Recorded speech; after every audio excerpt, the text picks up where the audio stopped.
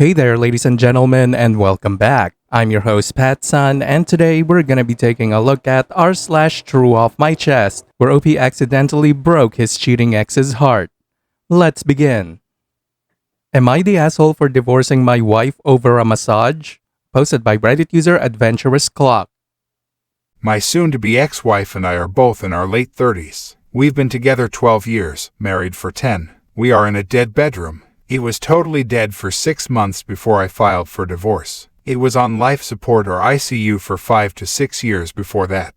We both wanted to be younger parents and both wanted 2 kids. We conceived our daughter almost immediately after getting married. When she was 6 months old, we started trying to have a second child. It never happened. After 3 years, we started seeing fertility specialists and found out we both have pretty serious reproductive issues. The doctor told us our daughter was nothing short of a miracle and said it was against all odds that we not only conceived, but carried to term. It was after this that the sex life began to seriously decline. Initially, I thought it was just the pain of finding out and knowing we wouldn't be able to afford the fertility options, and figured it would get better over time. It never did, it only got worse. 5 years ago, I would say we had sex 15 to 20 times that year. In 2023, we had sex 3 times. I have tried everything to improve this, spicing things up, talking, suggested counseling. I more than pull my weight around the house. We both work basically the same hours. I'm telling this because the usual stuff I read on Reddit about how the wife does it all is not even close to true.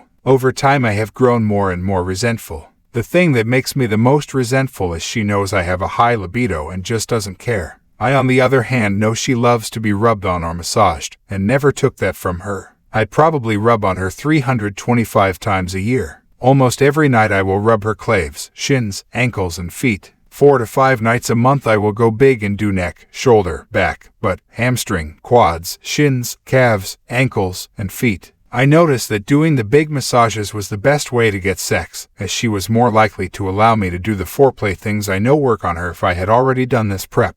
I did them more often a few years ago, but now not as much. The success rate was never that great, maybe 20% of the time, but in the last 2 years we have definitely been in the single digits. When we hit the 4 months of absolutely no sex, I decided I wasn't rubbing on her ever again. It only took 3 days for her to notice and she asked me to. I told her no and I got angry. I said, "Why should I, when you don't give a fuck about what I want?" Obviously not my finest moment, and a huge argument followed. Things got ice cold at home, but I wasn't giving in. I was tired of all of it. A few weeks ago she told me fine, I will just start seeing a professional masseuse. I said, then I will start seeing sex workers. She said that was cheating. I said, fine, I won't, but you will not get a massage from anyone else. That is also cheating. She said I was being ridiculous, and I said, no, it's being touched in an intimate way by another. If I can of that, neither can you, and I swear to fucking God if you do, I will file for divorce that day. The following weekend, she went to get her nails done. I know how long it takes for her to get her nails done.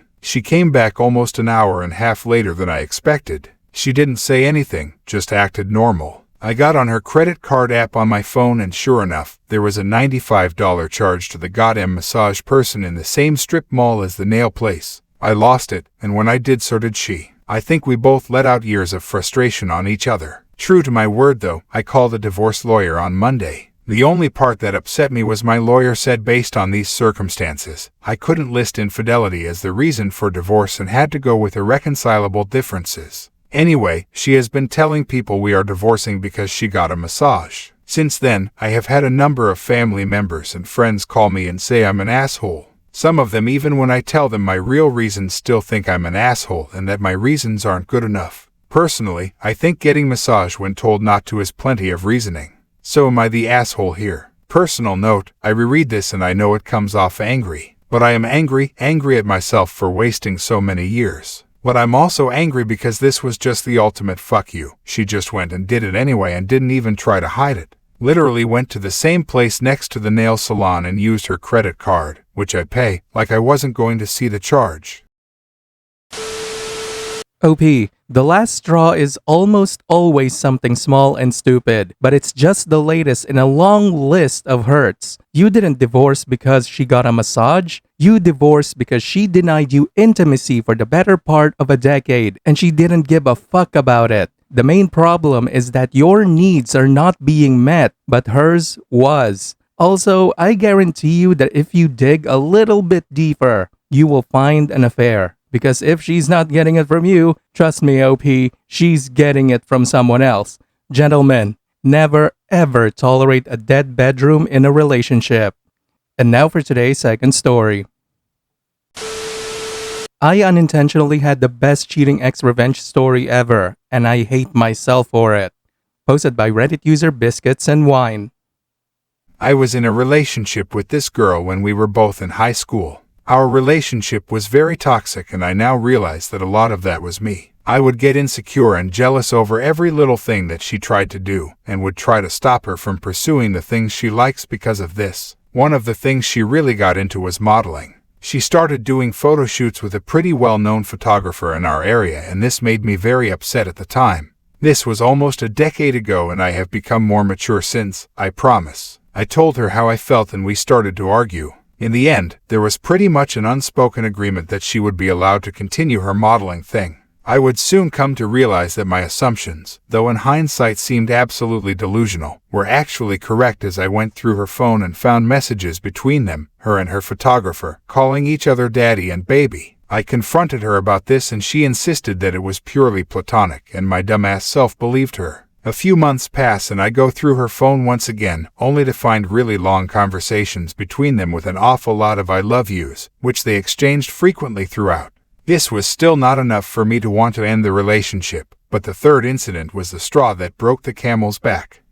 Why are you still here? We were out on a date, and at some point, she told me that she wanted to go through my phone. I told her that she's welcome to do so long as I get to go through hers. She then changes her mind, which only piques my curiosity even more. So I insist that she go through my phone and that I will do the same with hers after. She goes through my phone and finds absolutely nothing because I genuinely don't cheat. And as you'd probably expect, I find new conversations on her phone, this time with the guy's girlfriend, where she appears to be very upset as she calls her various derogatory words for being in the photographer's house with him alone. This prompts me to end the relationship right then and there, and they make their relationship official on social media just a few weeks later. Now fast forward a couple years, they break up and one of our mutual friends thinks it would be a good idea to get us back together so that maybe I can help mend her broken heart.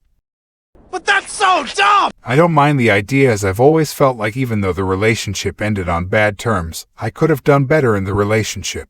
So we meet up and one thing leads to another and we do the deed. She then tells me that she hates how the relationship ended and that it was a shame that we couldn't make it work. I agree with her, although there is a small part of me that just wants to scream, "It didn't work because you're a lying, cheating bitch." We meet up more frequently over the next few days and it always ends with me and her in bed. However, at some point, she asks if I have any plans on making it official between us. I decided to lie and tell her I had just gotten out of my own relationship and that I wasn't ready to start a new one. The truth was that I had been single for a while and was only beginning to be happy again. I started to appreciate having more time to actually do things that I wanted to do, to be able to be with my family more, and focus on my priorities in life. I truly felt that at this point, I had grown so much since we last spoke and that she was still the same person, just with a different hairstyle. I knew right then that I had no plans on getting back together with her. She then hits me with the last question I want to hear: "When will you be ready?" At the spur of the moment, I tell her that I'm not sure yet, but maybe soon, and so trouble begins.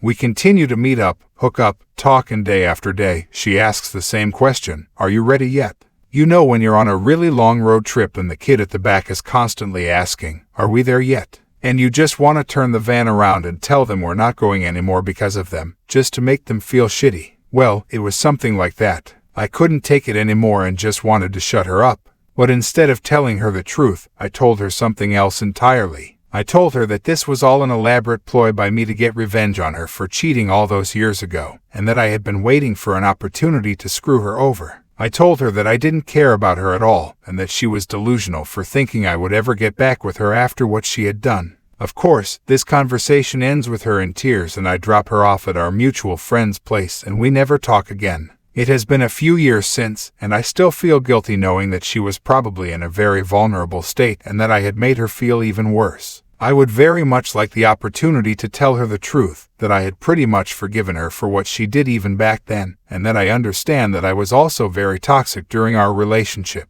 But that's not happening because she blocked me on all socials, and the last thing I want is to drag our mutual friend into anything involving her ever again. Edit, I understand that the whole cheating thing maybe sort of justifies what I did to some people, but I was already pretty much over it at that point and was at first genuinely willing to give it a shot again.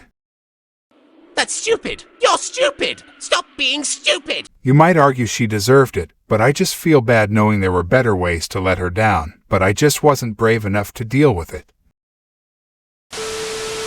OP, the only thing you weren't brave enough to do was to break up with her the first time you caught her cheating. Why the hell are you even feeling guilty? She cheated on you. She didn't give a fuck about what you would feel. So why should you? This whole sleeping around with a cheating ex is already gross enough, but you were actually thinking of getting back together with her at first? Are you serious? You said you've grown a lot since the breakup, but from what I'm reading, you're still a fucking donut. But now at least you have some semblance of spine. And while I wouldn't call this the best revenge on a cheating ex, you still did well, OP. But if that was me, I would tell her that she killed it by constantly asking. Let her know that it was all on her, and that while you were willing to try, her desperation and pushiness dissolved any potential interest you had in her. That would have hurt more than just getting pumped and dumped. She's probably way used to that anyway. Viewer support is the best way for me to remain independent and continue bringing you these daily videos, which will always be here on my channels for you to watch absolutely free. So please consider subscribing to me on Rumble and on YouTube. Both will be linked in the description box down below. Thanks for listening, everyone. If you even somewhat enjoyed today's story, make sure to give this video a thumbs up, and if you really like it, consider subscribing to PattSun to never miss a future upload. Stay strong.